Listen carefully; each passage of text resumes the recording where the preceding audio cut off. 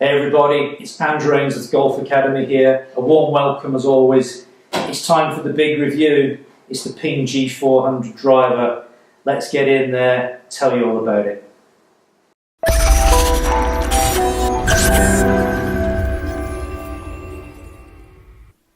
So, after a long wait, it's finally time to test the G400 Driver. First thing to say about it is there's a lot going on. There's a lot of technology in this. I'm going to try and make it short and sweet. If you want to get all the details on this club, I suggest you go to the Ping website and look at it on there. But let's tell you some of the snapshots about how this driver has changed from its very, very good predecessor, the Ping G. Is it better? We'll get to those questions in a minute. Cosmetically, it looks a little bit different. We've gone with the copper coloured shaft. It's called the Alta CB shaft. From this angle, it's a beautiful copper colour. It's got what they call colour shifting technology. So when you put the shaft down, and I'll get you some shots of this a little bit later, the shaft actually changes colour. So it's not quite as much in your face when it's down in the address position. Nice head cover. We're not going to talk too much about a head cover because you can't hit a ball with a head cover. It's very nicely put together. And if you live in my country where it gets cold in the winter, I suppose you could put it on your hand as a mitten, but nice cover, very well put together. Let's talk about some of the tech. We are still got the turbulators on the top. As you can see here, we've got the 6 turbulators. They have got thicker than they were on the G. Again, this club's all about raising club speed. So the thicker turbulators are going to help you create a little bit more club speed. Something like 3 miles an hour, 2 to 3 extra miles an hour club head speed. Doesn't sound a lot, but we'd take it. We've got the Dragonfly technology. Dragonfly technology is all about saving weight on the crown, being able to reposition that weight in other areas. We've got these little bobbly bits on the back of the club. I don't know if the camera will pick those up. You can see these little bobbles. Again, it's aerodynamic. It's not going to make a huge difference, but all these little things may help push the club speeds up. We've still got the Vortex technology on the back. Again, it's another aerodynamic feature which Ping worked on in the G, and they've carried that through. This is actually a slightly smaller head. It's either 440 or 445 cc head. They've slimmed that down a little bit, but we're getting actually very high club speed numbers off this. And it does look just that little bit more compact at the address position, but not much. What else have we got? We've got this tungsten weight in the back. Again, this is to help them position the CG very accurately. Give you a little bit more details on that. But doesn't it look good? It does look really, really attractive. I think they've nailed the colour schemes on this. Change of grip, they've gone away from their proprietary Ping grip. They've gone to a Golf Pride Tour Velvet. Didn't realise that 75% of Tour Pros use the Tour Velvet, and it's going to come in all the different thicknesses again, which we're used to: white, gold, aqua, different thicknesses. So there's another change. There's a little bit of bump, just to tell you. The face on this club is forged, and the reason they're going with a forged face is to make it a little bit thinner and help the face flex. Not easy to say that, face flexing. Hopefully again to create a little bit more ball speed off the forged face. And one of the other interesting details I saw, the tungsten sole weight with a combined MOI, moment of inertia, over 9,000, and the deepest CG, centre of gravity location in golf. There's no more forgiving driver available. That's straight off the Ping marketing blurb. So they're saying that this is the most forgiving driver you've ever made. So, enough talking about it. Let's go over in the hitting area, hit some balls, and see how this Ping G400 performs. Come over and let's hit some shots. Okay everybody, ready to hit the new Ping G400 driver. I've had to just change the shaft into something a little bit stiffer. I was doing a few test swings before I shot the video. I've only got the Alta CB, the copper colour shaft, in reg at the moment, and it was spinning the ball up. I will do a full review on it with the stiff shaft, and I'll probably do lots of different reviews in different shafts.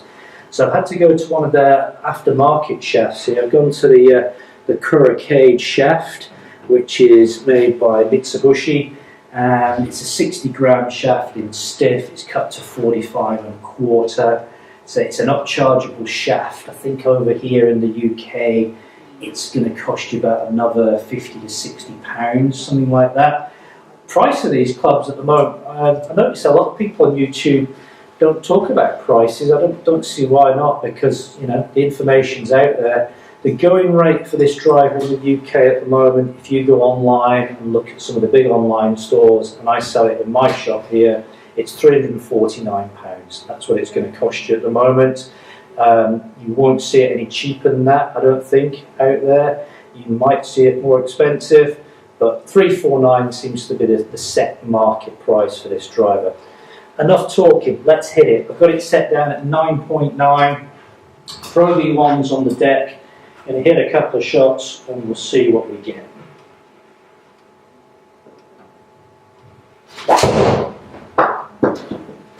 That felt super solid. The big difference I've noticed between this club and the G is the noise. It's nowhere near as noisy, I'll tell you about that shot in a minute, as the G was. Not that that's a problem, but they definitely acoustically changed the noise. It also feels much more solid.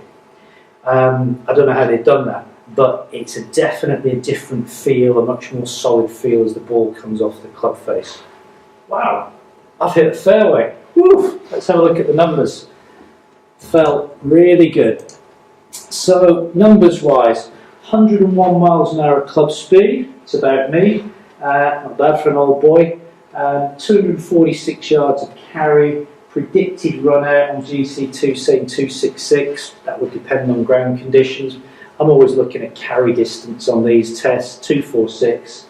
Spin rate, interesting, quite high, 3,000 reps of spin. I'd like to get that spin rate down, and there's some other shafts within their range which will get some of that spin off. I'd like to see that spin down at sort of 2.2, 2.3, 11-degree launch.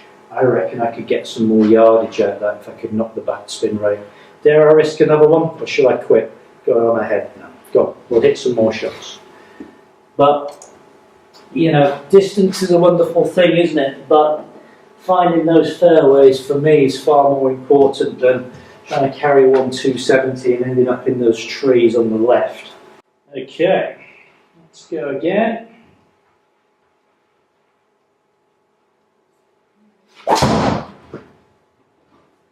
Oh, tugged it a little bit.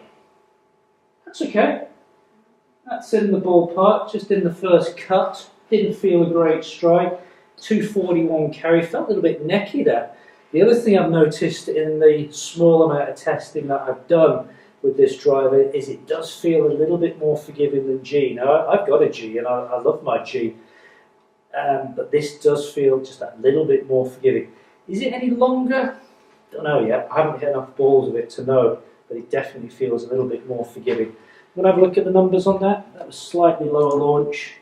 99.6 miles an hour club speed, 10-degree launch, 241 carry, 2.7 spin. I'm going to go one more, and we'll just see if we can move those numbers a little bit more.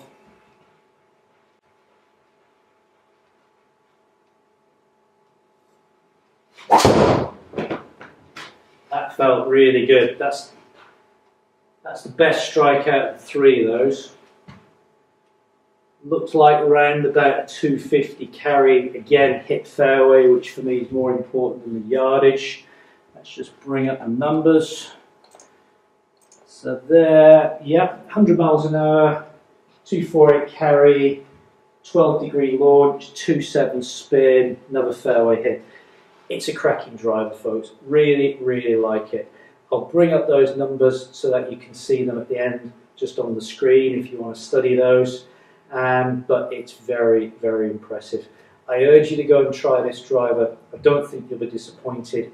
Anybody out there using it so far, tried it, demoed it, tell me what you think.